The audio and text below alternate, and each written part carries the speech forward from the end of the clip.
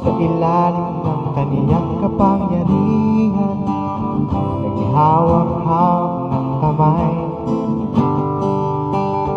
naghihintay sabay-sabay para bigyan pa ng gabay. Lumulot, nagdarasal, yan ang aming paraan. Halika na, sumama na, halika na, kumapit na. Wala tayong sasayanging panahon, ang lahat ay may paglalaan ng tunay. Wala tayong sasayanging oras, halika na kung saan tayo tiyak dalhin ang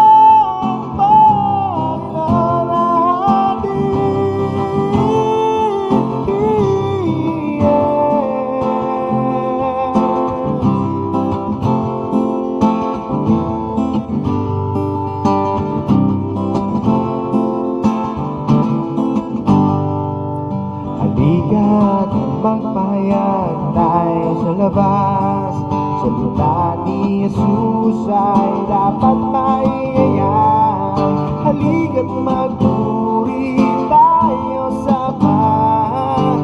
Dito tayo magsama-sama.